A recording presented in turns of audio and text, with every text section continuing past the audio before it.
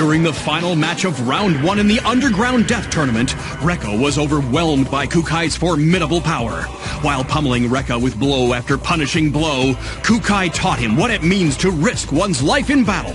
But Rekka, who believes in fighting for the happiness of people, summoned the third dragon, Homura, and emerged victorious without dealing Kukai a death blow. Team Hokage advances to round 2.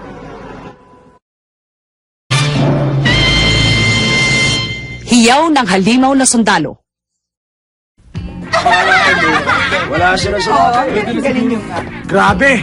Napagod ako ng gusto Ay naku, sayang naman yung suot ko kanina, masisira lang pala. Hiramin mo na lang ang damit ko, Ira. Hindi bali na, baduy ng taste mo eh. Oh, ang sakit nun. Pinapati ko kayo. Kamusta na kayo? Gusto ko lamang sabihin na pinahanga niyo ako sa mga ginawa niyo kanina. Ang susunod yung laban ay mangyayari bukas. Kaya naman naghanda kami ng isang suite sa hotel para makapagpahinga kayo ng gusto. Sana magustuhan niyo ito. Hotel ba ka mo? Pwede bang malaman ko anong nakain mo? Bakit bigla yatang bumait ka sa amin? Siya nga pala, Rekka. Ako ba? Gusto ko lang sabihin sa'yo na tagahanga mo na ako ngayon.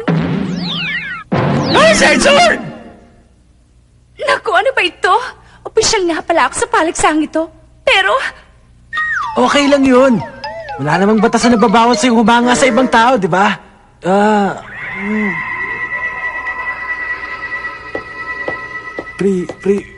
Prinsesa? Popular ka na ngayon. Diba, Rekka? Aray! Anong sigaw yon, Master Kukai? May naipitan siguro ng ugat. Aray ko! Aray! Wow! Ang bangis itong binigay sa ating kwarto! Oo nga! Ang ganda! Ito palang kasya ng buong bahay Wow! Meron din sila palang water bed! Makakatulog ako na mahimbing mamaya! Tama ka, Ira. Sabay natin pagsasaluhan na magdamag. Pwede ba? Tigilan mo na ako sa mga kalokohan mo! Tignan ko to. Inulugan na pala ako. Siya nga pala, bakit hindi natin kasama si Miss Kagero at si Dylan dito? Nanood muna sila ng paligsahan. Siguro tinitignan nila yung makakalaban niyo bukas.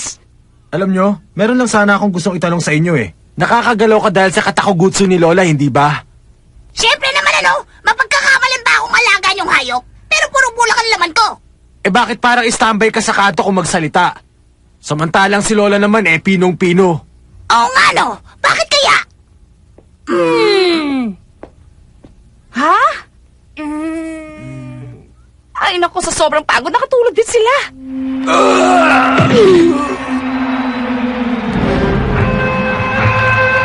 Tapos na ang labang ito. Nanalo si Shiju sa 5 laban. Ang Uruha Maboroshi ay pumasok na ngayon sa ikalawang bahagi.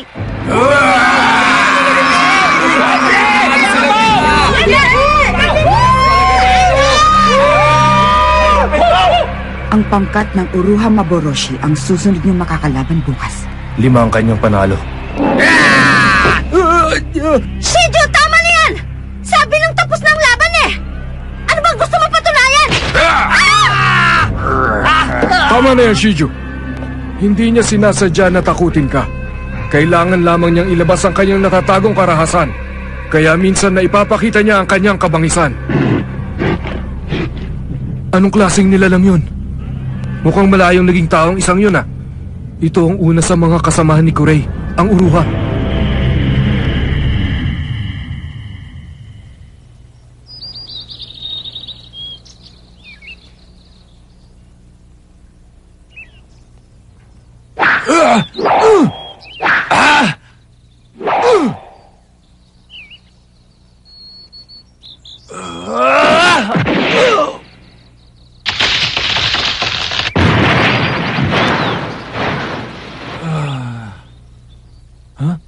Sino yan? Kumusta ka? Prinsesa. Maaga ka yata nagsimula ng iyong pagsasanay. Kaya naman, eto, dinalhan kita ng tuwalya. Nag-abala ka pa. Salamat. Dapat nagpapahinga ka muna. Okay lang. Nakakatuwang isipin. Ang gagaling niyong lahat. Hindi naman. Nang matalo niyo ang mga nakalaban niyo kahapon, natutuwa ako at naging kaibigan ko kayong lahat. Nahihiya rin ako dahil wala akong nagagawa para sa inyo. Hindi totoo yan, prinsesa. Kasabay ka namin nakipaglaban. Ikaw ang magiging kabayaran ng aming pagkatalo at papupunta ka na kay Ginoong Mori. Pinilit mong ilagay ang iyong buhay sa panganib kahit na tumututol na kaming lahat. Ang nangyari sa ating kahapon, ipanalo nating lahat. Ang tungkulin mapangalagaan ka, ang nagpapalakas sa aming lahat. Malaking bahagi ka ng pangkat na ito, prinsesa. Totoo ba yun? Kasama niyo na ako sa pangkat? Oo. Maraming salamat. Ang saya-saya ko. Prinsesa. Teka, Masyado yatang napakaagang ligawan yan. Ano na lang sasabihin sa inyo ni Dylan? Bye-bye! Hoy! Mahaba pa ang oras bago ang laban natin mamaya! Mamasyal muna tayo! May malaking palasyo sa banda doon, oh!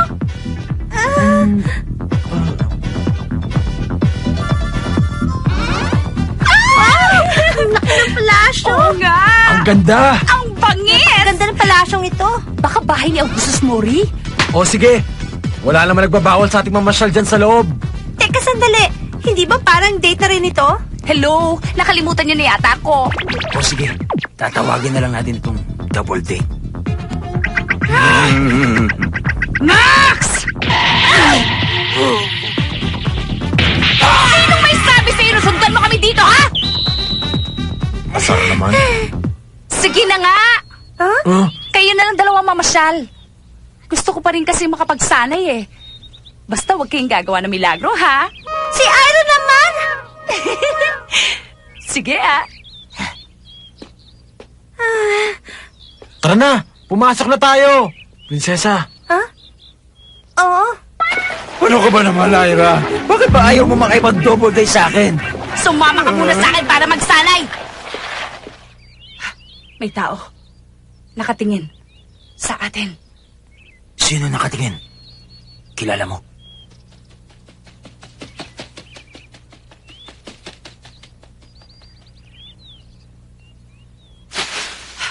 Lumabas ka dyan! Oo nga! Huwag ka magtago! Saan ba nagpunta yun?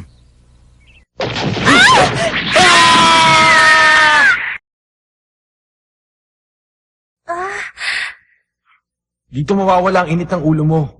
Siguro lumalangoy na sa pera yang si Augustus Mori para magkaroon ng palasyong ganito kaganda. Tingnan mo! Ang gaganda ng mga alahas! Mukha ring mamahalin yung chandelier. Ang ganda! Prinsesa, doon naman tayo banda. Ano yun? May gulo ba? Reka! Hindi ko alam. Parang may nabasag. Galing dito.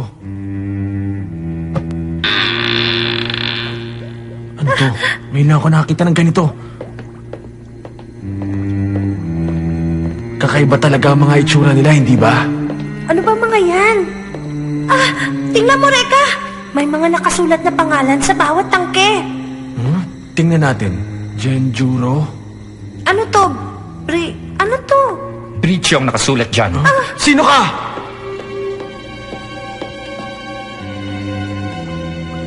Gulay. Buong lugod ko kayong dalawang tinatanggap sa tahanan ng aking ama. Napansin ko lamang, madalas kayong pumasok sa mga bawal na lugar. Reka! Sasabihin ko sa inyo kung ano ang mga ito. Mga clone regenerators. Ito ang nangangalaga ng mga clone ng Uruha. Naisip ng aking ama na kakailanganan din namin ito pagdating ng panahon. Pagkatapos ng paligsahan, malaking halagang ipapasok nito. Pagkakakitaan yung mga ito? Ikaw din, Ana Yanagi. Matagal nang naghihintay sa iyo ang iyong regenerator. Darating ang araw at makakagawa rin kami ng isang katulad mo. At pag nangyari yun, hindi ka na namin kakailanganin pang buhayin, Miss Ana Yanagi. Pag napunta ka na sa aking ama, hihimayin ka namin mabuti hanggang sa matuklasan namin ang iyong lihim. Dahil pangarap ng aking ama na manatili habang buhay. Ha? Hindi mo magagawa yan! Wala makakakuha sa kanya! Patuloy akong mananalo sa paligsaang ito hanggang sa malumpok kita! Magdilang anghel ka sana dahil gusto kong ako ang tumapos sa'yo. Ipakita mo sa akin kung paano manalo ang isang mahinang katulad mo. Manalo ka para sa akin, Rekka. Kayang-kaya ko yon, Kurei! Ipangako mo na mananalo ka rin para sa akin!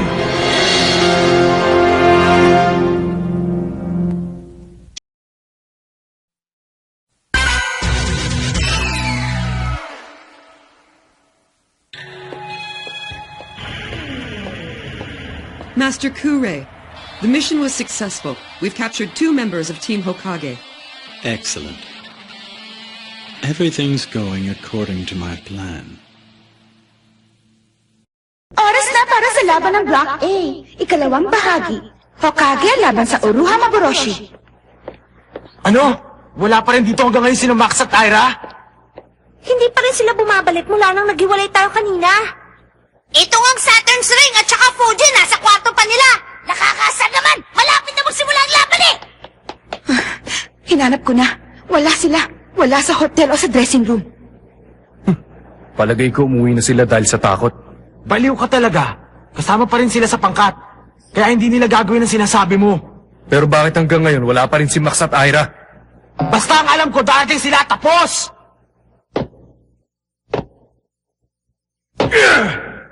Nakakasar.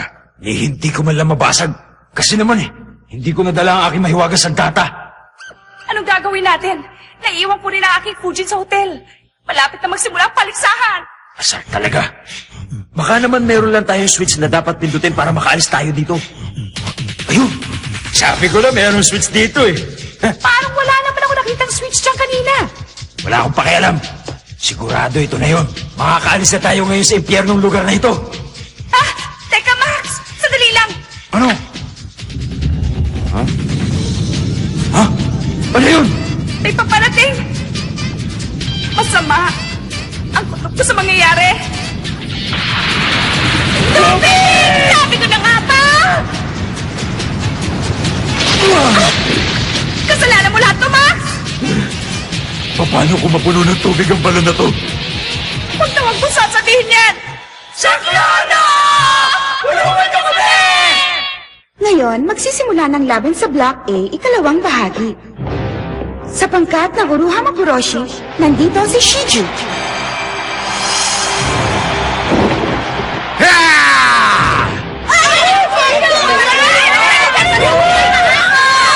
At ngayon, para sa pangkat ng Hokage, si Aira Kirisawa. Ha? Ano bang problema? Sabihin niyo na sa akin, nasan si Aira? Teka, pwede sandali lang? Hindi pa rin dumarating ang mga kasama namin eh. Hindi pwede yun. Sa pagkakataon nito, baka ma-disqualify na si Miss Aira Kirisawa. Pero papayag ako kung papalitan niyo siya. Gusto niyo bang palitan si Aira at maglagay ng ibang lalaban? Papalitan si Aira? Hindi naman pwede ang nanay ko o kaya ang prinsesa. Pero kung wala tayong gagawin niyo, madidisqualify sila at lalaban tayo sa 2 laban. Kahit manalo tayo sa 2, tabla pa rin ang lalabas.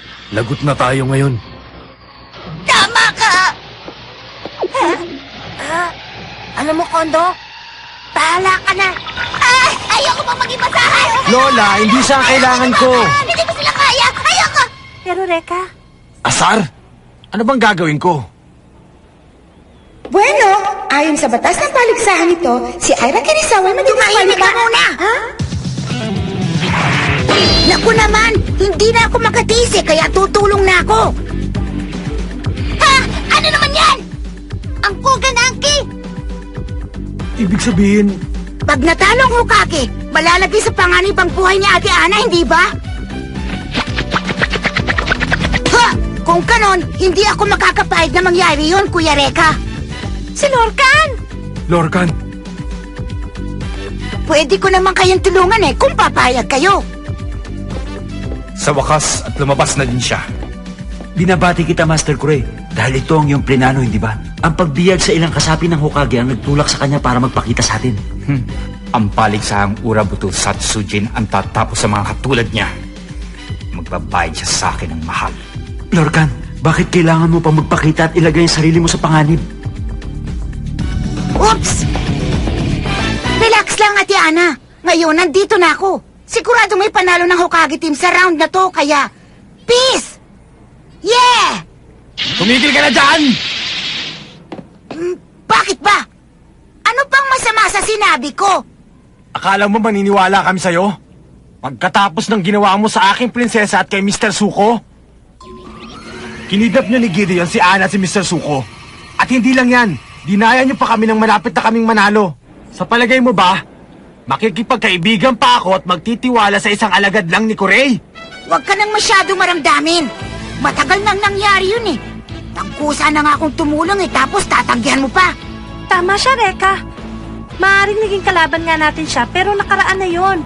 Ang alam ko, mabuting bata pa rin si Lorcan. Prinsesa? Hindi ba siya rin na nagligtas sa akin at kay Mr. Suko? Kahit na Lola, hindi ko kailangan ng tulong ng Lorca na yan. Eh, hindi ko rin naman gusto maging kaibigan ka, Kuya Reka.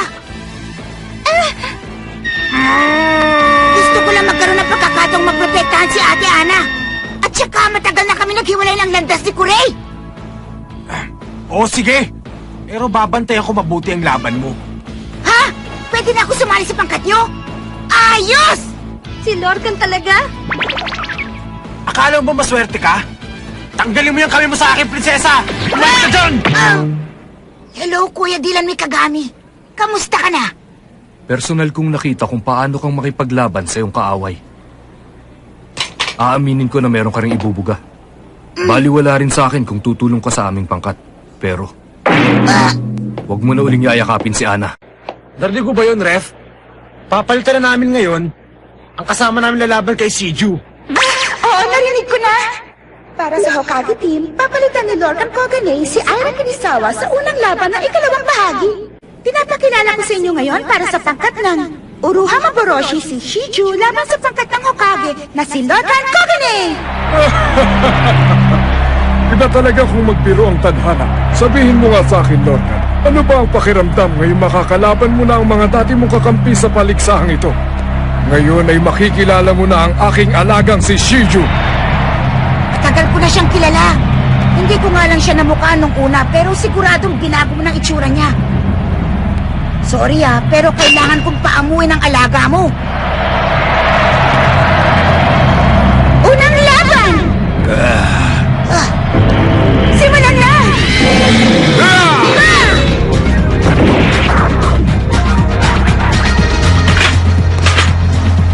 Kuganangki!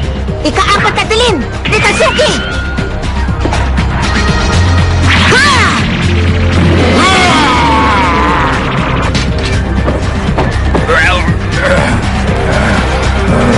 Ang galing! Lorcan! Ang dali naman palang matapos tong labanan na to eh. Huwag kayong pakasisiguro. Hindi ako naniniwala na madali niyang matatapos ang isang kasapi sa pangkat ni Kurei. Tingnan niyo na lang ang mukha ni Lorcan. Yan ang nakakapagpatunay niyan. Aba, mas magaling ka pa pala kaysa sa dati. Maaaring bata ka pang tingnan subalit naging bahagi ka rin ng aming pangkat. Alam mo ba, Shiju? Hindi ka mananalo sa kanya kung ganyan lang ang iyong anyo. Mukhang napapanahon na para gisingin ang natatago mong kabangisan!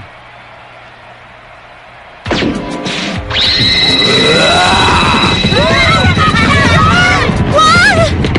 Nakakadiri naman! Yung matanda! Ang daliri niya. Inilubog niya sa noon ng kanyang alagang si Shiju.